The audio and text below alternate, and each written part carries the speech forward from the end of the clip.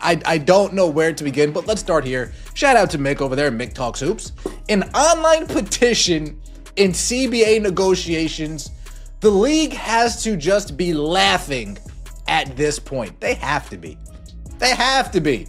Like, wait, they started a petition? What is it? www.petition.org? For those of you asking if there's a petition, please click the link below. This is not exaggeration or dramatic language. The WNBA Players Association has officially launched an online petition asking fans to pressure team owners during collective bargaining negotiations. Not a coordinated media strategy. Not a carefully staged public campaign backed by major sponsors or broadcasters. A change.org petition, the same platform commonly used to save neighborhood libraries or request the renaming of streets. That decision alone tells you how limited the union's leverage actually is. When a professional sports players association resorts to crowdsourcing influence through a public petition, it signals desperation, not strength. Owners negotiate based on revenue projections, long-term contracts, media rights, and financial forecasts, not online signatures. From the league office's perspective, this petition likely isn't viewed as a threat. It's probably being treated as a joke, something to screenshot, print out, and pin to a bulletin board in the break room. And that's the core issue here. This move fundamentally misunderstands power dynamics. Successful labor leverage comes from control over labor supply, public messaging, timing, or revenue streams. A petition provides none of those. It doesn't stop games. It doesn't impact television schedules. It doesn't disrupt sponsorships. It doesn't even guarantee public awareness beyond a narrow group of already engaged fans. In fact, petitions often do the opposite. They expose how small an insular movement actually is. By choosing this approach, the Players Association unintentionally revealed how little external pressure they can realistically generate. Instead of demonstrating unity and momentum, they showed that they lack the infrastructure to mobilize fans at scale. And owners absolutely notice that. This is especially damaging because it comes at a moment when the league just experienced its most commercially successful season ever. Attendance surged, ratings exploded, merchandise sales skyrocketed. This should have been the strongest negotiating position in WNBA history. Instead, the Players Association chose a tactic that communicates weakness. Labor negotiations are not won by symbolic gestures. They are won by credible threats and measurable influence. A change.org petition offers neither. And by going public with such a low-impact strategy, the union didn't just fail to pressure owners, it undermined its own credibility at the table. Now, folks, I got to be honest with you.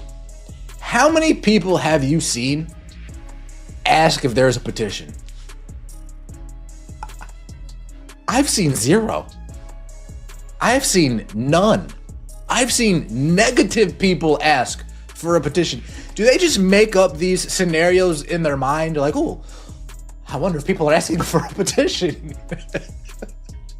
This is crazy. Imagine another sports league doing this. Imagine, the owners are really gonna get it now when they see these 15 names. If the existence of the petition was embarrassing, the actual numbers attached to it are worse. The action alert language is aggressive. It accuses the league and team owners of stalling negotiations and ignoring player demands. It frames the situation as urgent and unjust. But once you scroll down to the petition itself, reality hits hard. As of this recording, the petition has just over 1,600 signatures. For context, the Indiana Fever alone averaged more than 17,000 fans per home game this past season. One team, one arena, one night. The Players Association could not convince even 1/10 of one game's crowd to click a button online. That's not leverage. That's exposure. In labor negotiations, numbers matter. When a union claims it represents the voice of the fans, it must be able to demonstrate that claim convincingly. This petition does the opposite. It shows that even among the most engaged segment of the WNBA audience, enthusiasm for this campaign is minimal, and owners will absolutely use that against them. From a negotiation standpoint, this petition weakens the union's position because it quantifies their lack of reach. Instead of saying fans are behind us, the league can now point to publicly available data showing that fans largely ignored the call to action. That's catastrophic messaging. Even worse, the petition doesn't differentiate between casual fans and hardcore supporters. Signing requires almost no effort, no money, no risk, just a click, and still, participation remains extremely low. If fans won't engage at that level, why would owners believe fans will boycott games, cancel subscriptions, or apply meaningful pressure? This is the danger of symbolic activism in business negotiations. Once you invite measurement, you lose control of the narrative. And in this case, the numbers tell a story the Players Association clearly didn't intend to tell. Instead of amplifying their cause, the petition exposed the disconnect between player leadership and fan priorities. It revealed that the momentum of the league's growth does not automatically translate into political capital for labor negotiations. That distinction matters. Growth driven by one or two transcendent stars does not equal widespread loyalty to institutional causes. The union appears to have confused visibility with influence, and that mistake is now public. Oh, so nobody really wants this to go on. No, okay. Say no more. Say no more. That's not all we have. The Players Association, the 2025 WNBA season has set records for attendance, been in total, both in total and per game, even before the playoffs. More than 3 million fans have flocked to see stars like A'ja Wilson of the Las Vegas Aces and Alyssa Thomas of the Phoenix Mercury. By many measures, it's been the most successful season in league history, but the players aren't fully sharing in that process. This pattern isn't new, it's systemic. When the 3-on-3 league Unrivaled launched, its marketing leaned heavily on Paige Bueckers, even though she wasn't eligible to play. When the Dallas Wings struggled to sell tickets, they used Paige's image for games she had nothing to do with. When playoff ratings dipped, television networks aired segments about her college highlights. None of it worked, and instead of learning from those failures, the Players Association has repeated the same mistake, cycling through names, hoping one of them will replicate the gravitational pull of a true transcendent star. Meanwhile, Caitlin Clark's name is absent from official CBA campaign materials. That omission is not accidental. It reflects an internal discomfort with acknowledging how uneven the league's popularity actually is. But avoiding that truth doesn't change it. Negotiating power in sports is built on honesty about value creation. Ignoring the single biggest driver of growth doesn't create solidarity. It creates delusion. And owners will exploit that. Until the Players Association aligns its messaging with reality, every public move they make will continue to weaken their position instead of strengthening it. Folks, people can't pick Alyssa Thomas out of a lineup if she was the only one standing in it. If she was the only person standing in a lineup and you come up there and the cop asks you, can you pick out Alyssa Thomas out of this lineup, please? Person will look at you, look at the person behind the glass, look back at the cop. I don't know who Alyssa Thomas is. I don't even know. Is this Alyssa? They'd have absolutely no idea. But the petition isn't even the most damaging misstep. That distinction belongs to how the Players Association is framing the league's recent success. In promotional messaging tied to the campaign, they proudly state that the 2025 WNBA season set attendance records even before the playoffs. Then they attribute this surge to fans flocking to see stars like A'ja Wilson and Alyssa Thomas. Read that carefully. Not Caitlin Clark. Not the player who drove a 400% increase in television ratings. Not the athlete whose games sold out arenas across the country. Not the figure who became a national sports conversation overnight. Instead, the campaign highlights Alyssa Thomas. This isn't just inaccurate, it's self-sabotage. Alyssa Thomas is an excellent basketball player, a respected veteran, a multiple-time All-Star. But she is not a national draw. She did not move television ratings. She did not drive first-time viewers to the league. She did not generate viral moments or mainstream media coverage. And casual fans know this. When an organization misrepresents the source of its success, it loses credibility.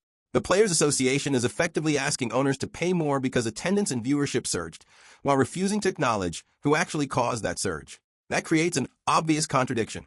Owners are not emotional actors. They follow data. They understand exactly why revenues increased.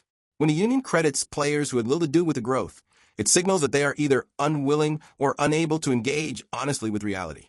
That undermines trust. More importantly, it weakens their negotiating argument. If growth is framed as evenly distributed, then compensation increases should be modest and collective. But if growth is driven disproportionately by one star, owners will argue for targeted compensation structures, not across-the-board raises.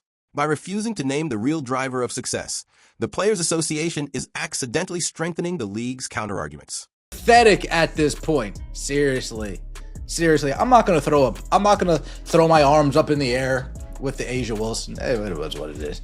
But if you're gonna say A'ja and some, I mean, come on, Caitlin Clark. You know what? I am gonna throw my arms up in the air for the A'ja Wilson. It's Caitlin Clark, man. Come on. It's CC22. Wait, I'm actually crying, but are we surprised? No, we're not surprised. Alyssa Thomas, no way they mean this. Is this real? This is funny. Well, using Paige's name didn't work, so let's try some other names. That's a good point. They used Paige's name for Unrivaled. Didn't work. The Dallas Wings used Paige's name to get people in the arena during Dallas Wings games. That doesn't work. The networks, Ion, they use Paige's name to try to... Let's be brutally honest about the marketing reality here. The average casual sports fan could not identify Alyssa Thomas in a lineup. That's not an insult. It's a reflection of visibility. Casual fans don't follow advanced metrics or all WNBA ballots. They follow stories, personalities, and moments. And Alyssa Thomas did not generate any of those for new audiences this season. The Players Association using her name to symbolize record-breaking attendance is a textbook example of strategic malpractice. They are attaching success to a figure who did not create it, hoping familiarity within basketball circles will translate into credibility outside them. It doesn't. This matters because owners know exactly which games sold out, which broadcasts spiked, and which merchandise flew off shelves. They can see which player appearances triggered price surges on secondary markets. They know which social media clips went viral. When a union pretends that growth came from sources it didn't, it signals denial. And denial is fatal in negotiations. You cannot demand revenue sharing without acknowledging revenue generation.